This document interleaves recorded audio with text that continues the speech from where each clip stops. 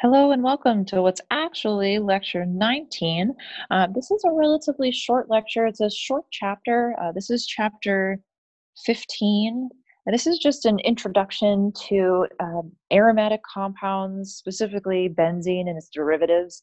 I wasn't sure that I was going to be able to have time to talk about this lecture, actually they go through this in class, because I actually spent extra lectures talking about the reactions themselves. And so I hope you don't mind me doing this just in case I don't have time to talk about this during the last lecture, because I did combine lectures 18 and 19 into one. Well, here we go. We're going to talk about benzene derivatives, like the actual naming stuff, just a different type of nomenclature situation. And then we're going to answer this question, is this compound aromatic? Now, I may not talk about the benzene derivatives and nomenclature in class, but I really, really hope and plan on talking about this aromaticity idea. So you guys have the opportunity to ask some questions.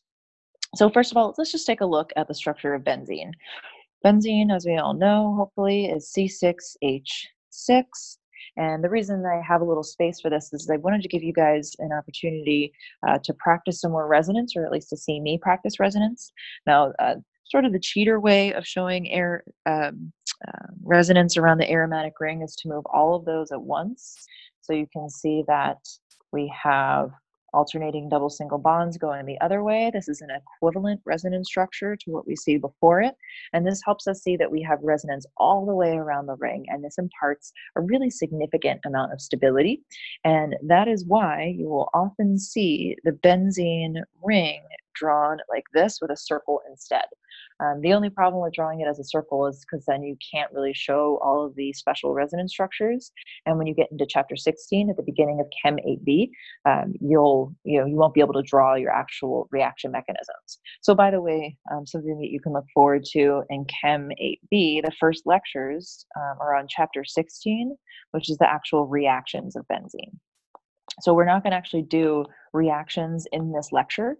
The nice place to end is just going to be nomenclature and some other structural characteristics. So even better than just drawing that equivalent resonance structure would be to draw the individual resonance structures that get you there, meaning let's start small. Less is more. We'll do one arrow at a time, one double bond at a time. We're going to move this on over so you can see that one thing you could do, this is not a very stable resonance structure. It would much rather have the electrons equally spread, but it at least shows you that at some point in time, for a small amount of time, you might have one carbon that's more nucleophilic and another that's more electrophilic.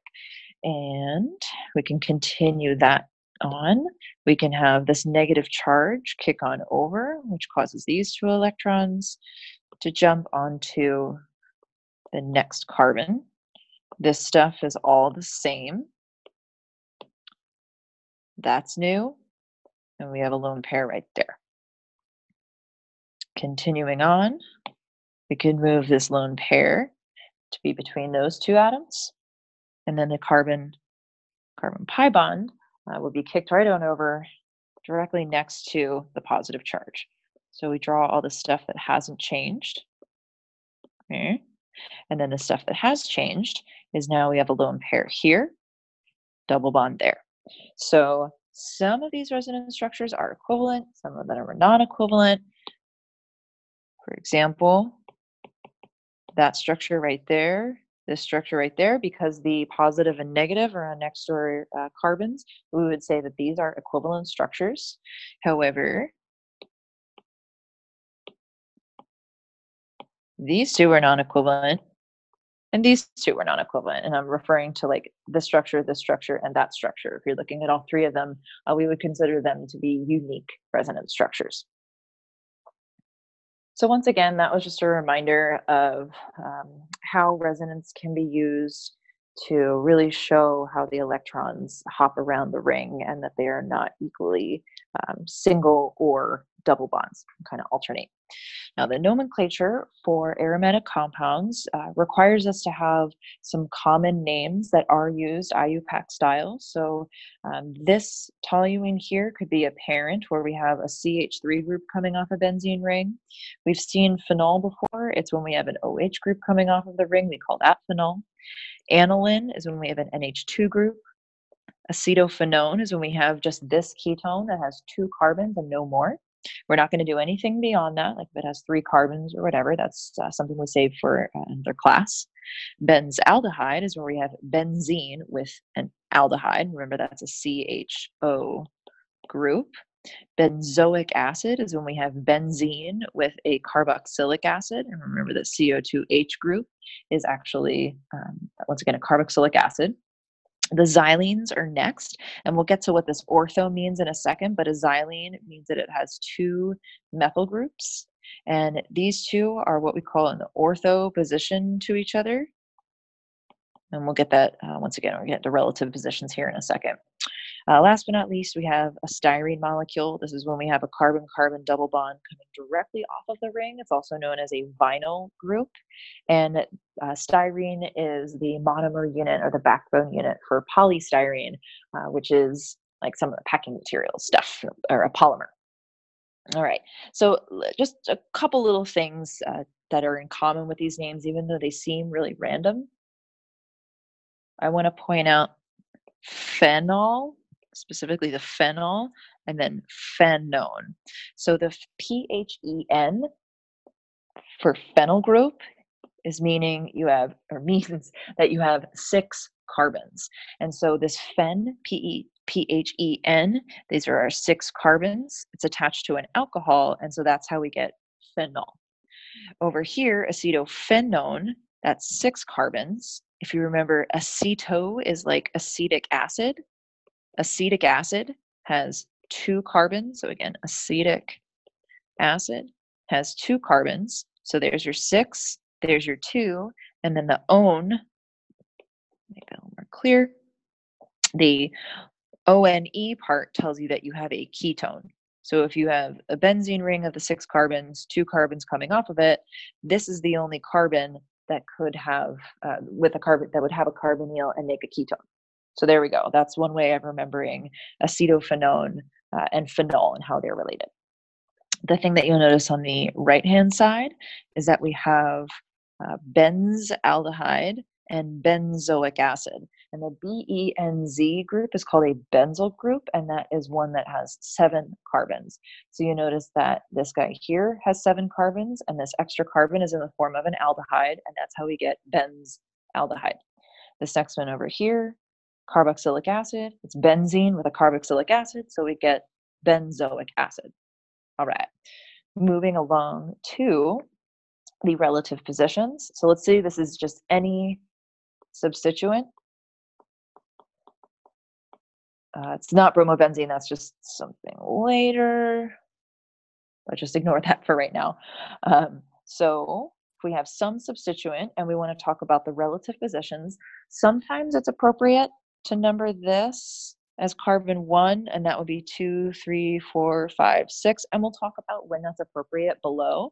But for right now, if we're talking about just relative positions, if we are right next to that substituent on either side, we would call that the ortho position, and sometimes just written as an O. If we are 2 carbons away, this would be the meta position, or sometimes abbreviated just with an M is fine. And then finally, if we're on all the way opposite, we call this the para position, or it could be abbreviated with a P. So once again, this is why we see orthoxylene, because these guys are right next to each other. They're ortho to each other. What I did here is I gave 9 representative examples, so you can see when the ortho-meta pair is used, when the 1, 2, 3 is used, how to incorporate some of those parent names that are up above. So let's just go ahead and do it.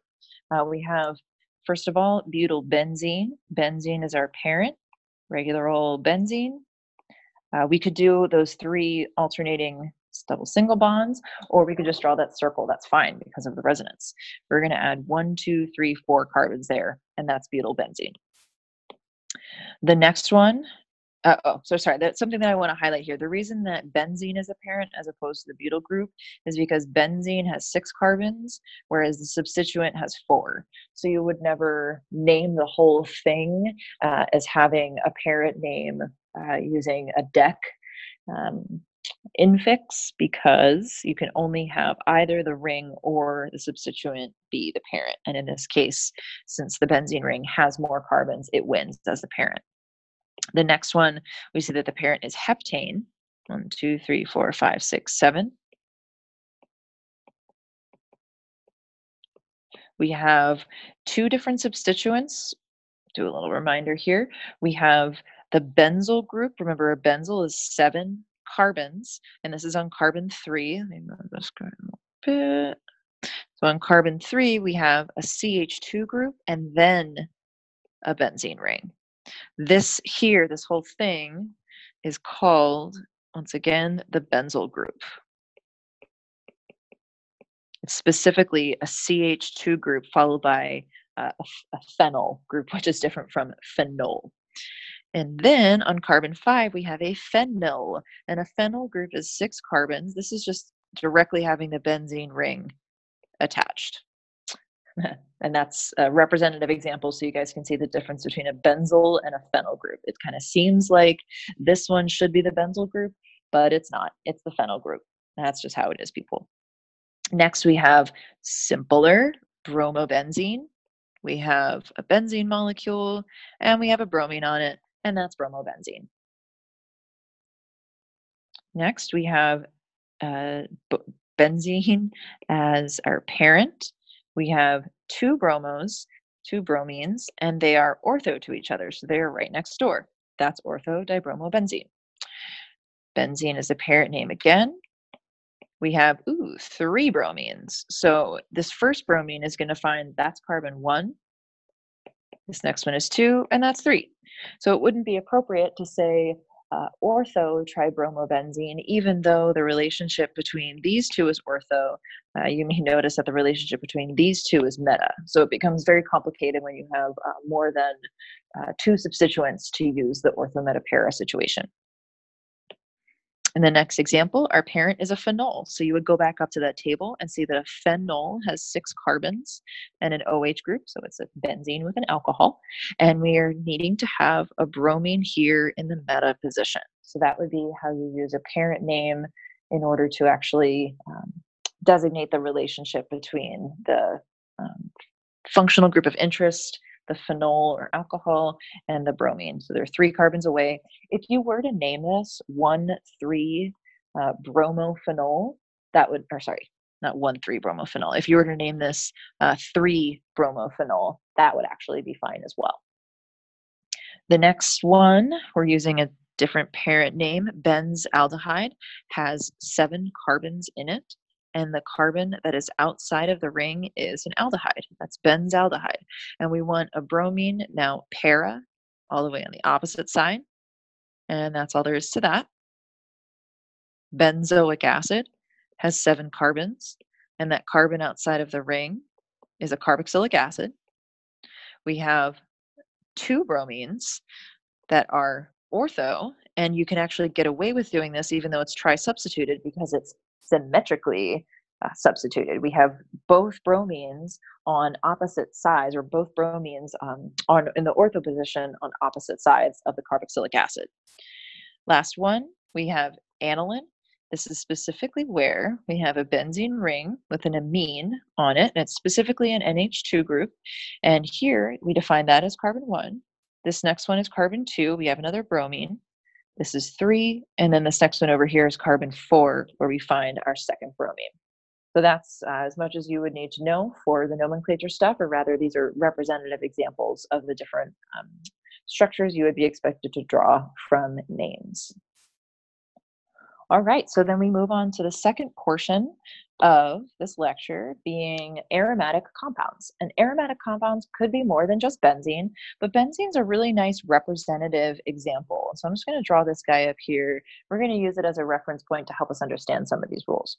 So first rule is, in order for something to be aromatic, it must be cyclic. It has to be part of a ring, and that's a pretty easy thing to figure out. So that's rule number 1, but don't skip that rule. It has to be cyclic in order to be aromatic.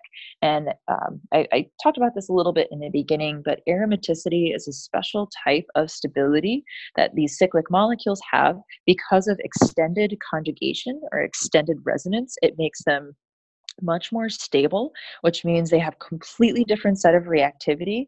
And that's why something like this alkene has completely different reactivity, alkene, has a completely different reactivity than an arene because that arene is aromatic. It's super duper stable. Anyways, criteria 1, it's got to be cyclic. Criteria 2, each atom in the ring has to have a p orbital. And another way of saying that is to say that they're all sp2 hybridized. Each one of these carbons in the benzene ring is sp2 hybridized. That's just echoing what I had said before, in that we have resonance. And again, this allows us to draw resonance all the way around the ring. All around the ring. And that is fantastic for stability. Extra stable. Now, the last criteria causes the most confusion I've noticed, but it's a relatively simple concept, meaning like don't overthink it. This is the Huckel rule, where n is just an integer, so there's an allowable number of pi electrons that make it aromatic, and that is defined. This is a very extensive project to figure out relative stability and how it related to what they then termed as aromaticity, and it's based on the number of pi electrons that are actually in the ring. And the pi electrons are the ones that are involved in resonance. So if an electron, you're not going to count up all of the electrons, you're just counting only the electrons that are involved in resonance. So in the example of benzene, as we did in the beginning of this lecture, we saw that we have 2, 4, 6 electrons. So benzene has 6 pi electrons. Those are the ones that we were using as we were playing with our resonance structures. So again, we have to have 4n plus 2 electrons. That's the formula. And we can kind of set it up where if this is n, we can use that to figure out what 4n plus 2 is. So if n is 0, has to be an integer, can't be negative, then this formula would come out to 2. If n was 1, this formula would come out to 6. So this is the allowable number of pi electrons, right? This works for us for benzene. And I'll do one more. If we had n equals 2, we would have 10 pi electrons. So we'll see how these apply below. But again, the allowable number of pi electrons is 2, 6, 10, 14, and so on. But 4n plus 2 is the formula to get there.